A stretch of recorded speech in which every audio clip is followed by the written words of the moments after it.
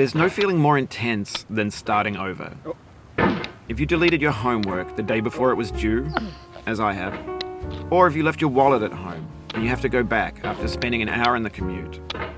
If you won some money at the casino and then put all your winnings on red but it came up black. If you got your best shirt dry cleaned before a wedding and then immediately dropped food on it. If you won an argument with a friend and then later discovered that they just returned to their original view. Starting over is harder than starting up. If you're not ready for that, like if you've already had a bad day, then what you're about to go through might be too much. Feel free to go away and come back. I'll be here. Alright, thanks for coming with me on this trip. I'll understand if you have to take a break at any point. Just find a safe place to stop and quit the game. And don't worry, I'll save your progress, always, even your mistakes. This game is a homage to a free game that came out in 2002, titled Sexy Hiking. The author of that game was Jazuo, a mysterious Czech designer who was known at the time as the father of B games. And B games are rough assemblages of found objects. Designers slap them together very quickly and freely, and they're often too rough and unfriendly to gain much of a following. They're built more for the joy of building them than as polished products. In a certain way, Sexy Hiking is the perfect embodiment of a B game. It's built almost entirely out of found and recycled parts, and it's one of the most unusual and unfriendly games of its time. In it, your task is simply to drag yourself up a mountain with a hammer. And that act of climbing, in the digital world or in real life, has certain essential properties that give the game its flavor. No amount of forward progress is guaranteed. Some cliffs are too sheer or too slippery, and the player is constantly, unremittingly in danger of falling and losing everything. Anyway, when you start Sexy Hiking, you're standing next to this dead tree that blocks the way to the entire rest of the game.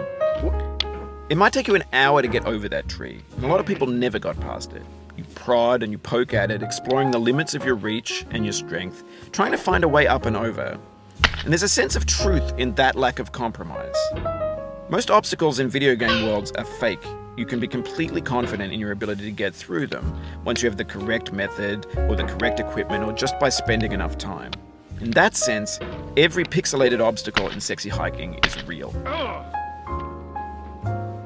The obstacles in Sexy Hiking are unyielding, and that makes the game uniquely frustrating.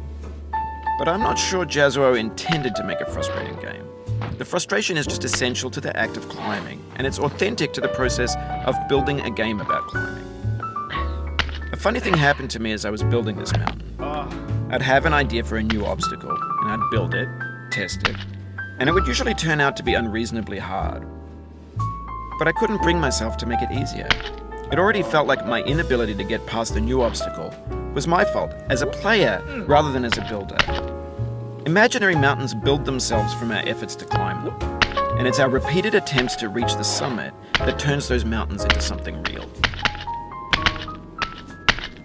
When you're building a video game world, you're building with ideas, and that can be like working with quickset cement.